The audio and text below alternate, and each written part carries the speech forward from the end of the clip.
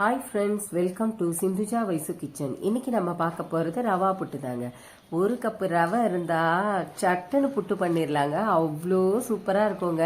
அதுக்கு ஒரு பேனை வச்சுக்கோங்க. ஒரு கப்பு ரவையை எடுத்து நல்லா வறுத்துக்கோங்க. பாருங்க, வாசனை வர வரைக்கும் வறுத்துக்கணுங்க. லோ ஃப்ளேம்லேயே வச்சுக்கோங்க. கலர் சேஞ்ச் ஆகக்கூடாதுங்க. பாருங்க, இதை போல் நல்லா கலந்து விடுங்க. வாசனை வந்தவொடனே ஒரு பவுலில் மாற்றிக்கலாங்க. இப்போ ஒரு 1/4 டம்ளர் தண்ணி எடுத்து கொஞ்சம் கொஞ்சமாக தெளிச்சுக்கோங்க. பாருங்கள், இதை போல் கொஞ்சமாக தண்ணி சேர்த்துக்கோங்க. நிறைய சேர்த்த வேண்டாம். இப்போ நல்லா கலந்து கொடுங்க. இதை போல் கலந்து விட்டுட்டு இது கூடவே 1/2 ஸ்பூன் உப்பு சேர்த்துக்கலாங்க. உப்பு சேர்த்த பிறகு நல்லா கலந்து கொடுங்க. நல்லா கலந்தாச்சுங்க.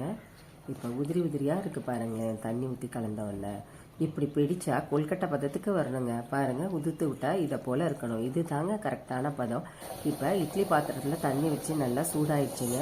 பாருங்கள், இந்த நேரத்தில் அந்த மாவெல்லாம் கலந்தோம் இல்லையா, இது கூடவே சேர்த்துருங்க. சேர்த்துட்டு மூடி போட்டு வச்சிடலாங்க. ஒரு 5லேருந்து 6 நிமிஷம் வேக வைங்க. கரெக்டாக இருக்குங்க. பாருங்க, ஒரு 6 நிமிஷம் இருந்தால் போதுங்க. இப்போ நல்லா வெந்திருக்கும் பாருங்க. அவ்வளோ சூப்பராக வெந்துருச்சுங்க. இப்போ ஒரு பவுலுக்கு மாற்றிக்கலாங்க. பவுலில் மாற்றின பிறகு 1/2 கப்பு நாட்டு சர்க்கரையை சேர்த்துக்கிறேங்க. நீங்கள் ஒயிட் சுகர் கூட ஆட் பண்ணிக்கலாங்க. நான் நாட்டு சர்க்கரையை சேர்த்துக்கிறேன்.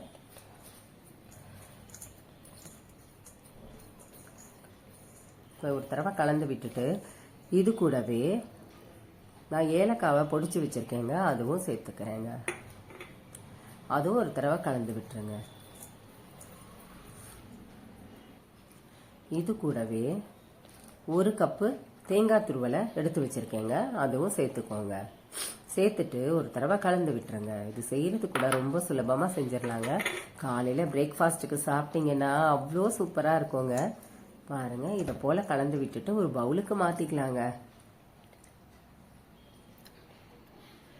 அவ்வளோதாங்க, ரவா புட்டு அவ்வளோ சூப்பராக ரெடி ஆயிடுச்சுங்க. நீங்களும் ட்ரை பண்ணி பாருங்கள். உங்களுக்கு இந்த வீடியோ பிடிச்சிருந்தா சப்ஸ்கிரைப் பண்ணுங்கள். பக்கத்தில் உள்ள பெல் பட்டனை கிளிக் பண்ணுங்கள்.